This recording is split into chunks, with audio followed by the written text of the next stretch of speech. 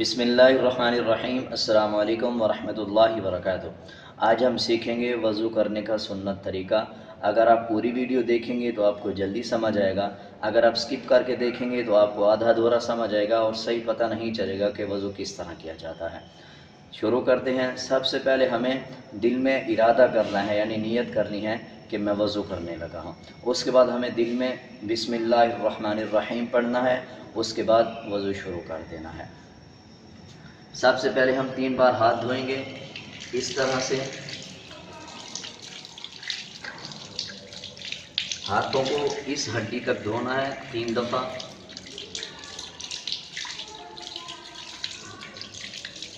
उसके बाद हमने मिसवाक करना है। अगर आपके पास मिसवाक नहीं है तो आप उंगली के साथ अपने दांतों को साफ कर सकते हैं।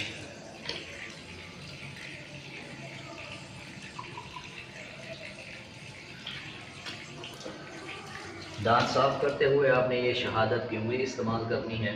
जब आप दांत साफ़ कर लेंगे तो उसके बाद आपने 3 बार कुल्ली करनी है इस तरह से।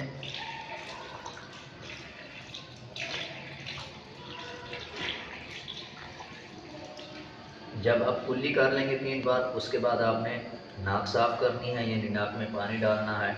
अक्सर लोग ये गलती करते हैं कि उल्टे हाथ से ही नाक में पानी डालते हैं और उल्टे हाथ से ही साफ़ करते हैं।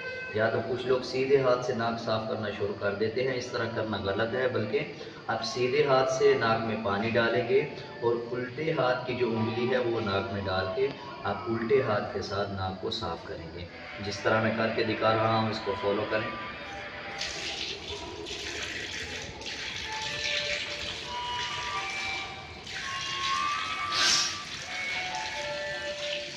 नाक साफ़ करने के बाद जब आप वज़ू कर रहे हों तो कोशिश करें कि वज़ू के दरमियान कोई भी दुनियावी बात या बाकी कोई भी बात ना करें, बातों से गुरेज़ करें। और इसी तरह जो मसनून दुआएं हैं वो दिल में पढ़ते रहें, जैसे वज़ू की दुआएं हैं दरमियान में और वज़ू के बाद वाली जो दुआएं हैं वो दुआओं का एहतमाम करें। वो दुआएं जब हम नाक साफ़ कर लेंगे, नाक में 3 बार पानी डालेंगे, उसके बाद हमने चेहरा धोना है 3 मरतबा। और ये याद रखें, जो चेहरा धोना होता है ये वज़ू में फ़र्ज़ होता है। और अक्सर लोग जल्दी में पानी मुंह के ऊपर डालते हैं, जिसकी वजह से सिर्फ ये जगह धुलती है और बाकी ये वाली जो जगह है ये सारी खुश्क रह जाती है। इस तरह वज़ू आपका नामुकम्मल रहता है। और ये जो चेहरा धोना होता है ये वज़ू में फ़र्ज़ है। जब हम चेहरा धोंगे तो उसमें ये एहतियात किया जाएगा कि ये माथे के ऊपर देखें, पेशानी पे जहाँ से हमारे बाल स्टार्ट हो रहे हैं, यहाँ से पेशानी से लेके ये एक कान की लौ से लेके दूसरे कान की लौ तक, यानी यहाँ तक ये चेहरा धोना फ़र्ज़ है। और इसी तरह थोड़ी के नीचे तक, यानी जहाँ तक ये दाढ़ी है यहाँ तक चेहरा धोना फ़र्ज़ है और 3 बार धोया जाएगा। अगर आपकी घनी दाढ़ी है, जैसे मेरी घनी दाढ़ी है, तो बालों की जड़ तक पानी पहुंचाना ज़रूरी है। अक्सर लोग बस जल्दी से ऐसे पानी मुंह के ऊपर डालते हैं लेकिन दाढ़ी के नीचे जो है पानी नहीं पहुंचता, तो इस तरह आपका वज़ू अधूरा रह जाता है। हाँ, अगर आपकी घनी दाढ़ी है तो आप खलाल कर लें, यानी उंगलियां गीली करके आप दाढ़ी के अंदर से ऐसे कर लें। अगर आप इस तरह नहीं कर सकते तो पानी लेके ऐसे दाढ़ी के करीब से करें ताकि पानी दाढ़ी के अंदर भी चला जाए। किस तरह मुँह धोना है मैं आपको धोकर दिखाता हूँ।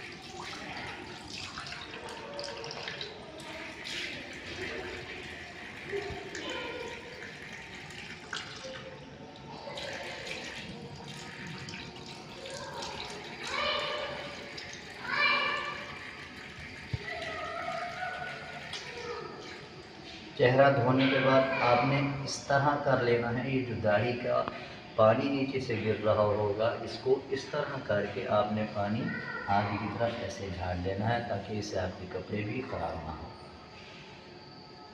उम्मीद है आपको चेहरा धोना अच्छी तरह समझ आ गया होगा। अगर आपको कुछ समझ नहीं आया तो आप कमेंट सेक्शन में पूछ सकते हैं। उसके बाद हमने बाजू धोने हैं और ये कोहनियों समेत धोने हैं, यहाँ तक धोना फ़र्ज़ है। ये जो हड्डी आपको नज़र आ रही है यहाँ तक कोहनी है और कोहनियों समेत धोना है।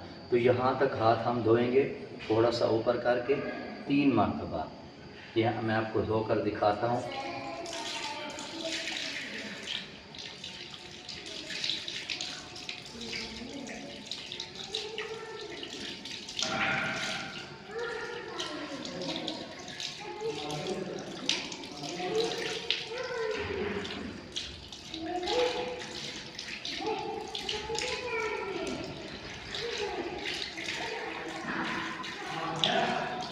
ये देखिए यहाँ तक मैंने अपना हाथ धोया है, बाजू यानी धोया है यहाँ तक, ये कोहनियों समेत बाजू धोने हैं। और इसमें ये ख्याल रखना है कि इसको साथ साथ हल्का हल्का मसलते रहना है ताकि सब जगह पानी पहुँच जाए। अक्सर लोग जल्दी से वज़ू करते हैं तो ये जो नीचे जगह है ये अक्सर लोगों की खुश्क रह जाती है, इस तरह वज़ू उनका नामुकम्मल रहता है। इस चीज़ का आपने ख़ास ख्याल रखना है।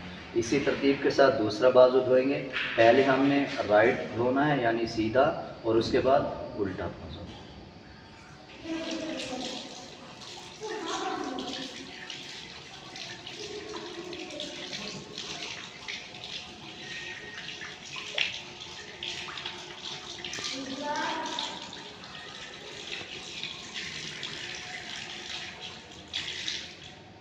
जब हम 3 बार बाजू धो लेंगे उसके बाद हम सर का मसा करेंगे।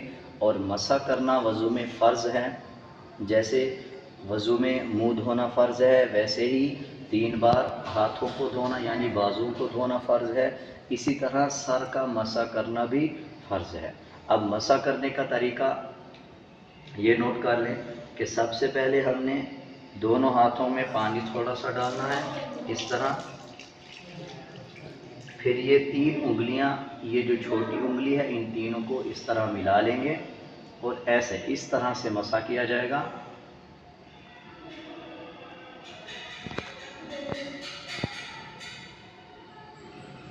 उसके बाद ये जो शहादत की उंगली है इसको कानों में इस तरह डालेंगे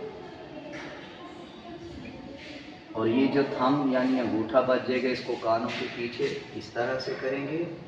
उसके बाद ये जो बैक साइड है हाथों की इसको इस तरह करेंगे और ये जो उंगलियां हैं इसको इस तरह उंगलियों का ऐसे हलाल करेंगे। उम्मीद है आपको मसा करने का तरीका सही समझ आ गया होगा। अक्सर लोगों का इस चीज़ में इख्तलाफ है कि गर्दन का मसा नहीं करना चाहिए। अगर आप वो नहीं करते तो आपका वज़ू हो जाएगा, उसमें कोई मसला नहीं है। उम्मीद है आपको मसा करने का तरीका अच्छी तरह समझ आ गया होगा। अब हम पाँव धोते हैं। सबसे पहले हमने सीधा पाँव धोना है। पाँव धोते हुए ये ख्याल रखना है कि पाँव की उंगलियों के अंदर आपने उंगलियों के साथ इस तरह पानी पहुंचाना है और उंगलियों को अच्छी तरह साफ़ करना है यानी धोना है।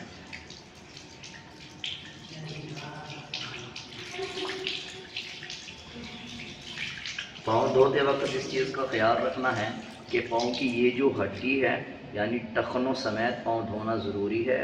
इस हड्डी से थोड़ा सा ऊपर यहाँ तक पाँव धोना ज़रूरी है। अक्सर लोग जल्दी में पाँव धोते हैं और ना तो वो उंगलियों के अंदर हाथ यानी उंगलियां डालते हैं, पानी पहुंचाते हैं, और ना ही तो ये जो एड़ी है, एड़ी के बैक साइड पे थोड़ी सी जगह खुश्क रह जाती है। इस तरह आपका ये फ़र्ज़ मुकम्मल नहीं होता, इस चीज़ का ख़ास ख्याल रखें।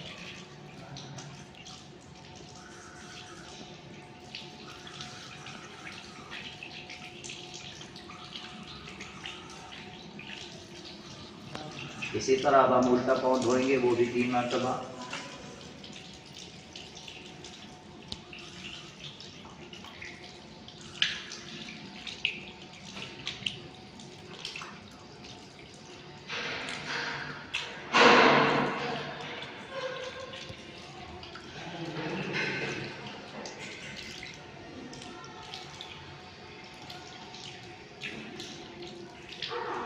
हमारा वज़ू मुकम्मल हो गया अल्हम्दुलिल्लाह। उम्मीद है आपको वज़ू करने का तरीका सही समझ आ गया होगा। अगर आपको कुछ समझ नहीं आया या आप कुछ पूछना चाहते हैं तो आप कमेंट सेक्शन में पूछ सकते हैं। अगर आपको मेरा ये तरीका समझाने का अच्छा लगा या अच्छा नहीं लगा, आप अपनी कोई राय देना चाहते हैं तो आप कमेंट सेक्शन में ज़रूर बताएं। आज के लिए इतना ही, मिलते हैं एक नए सबक के साथ। अल्लाह हाफ़िज़।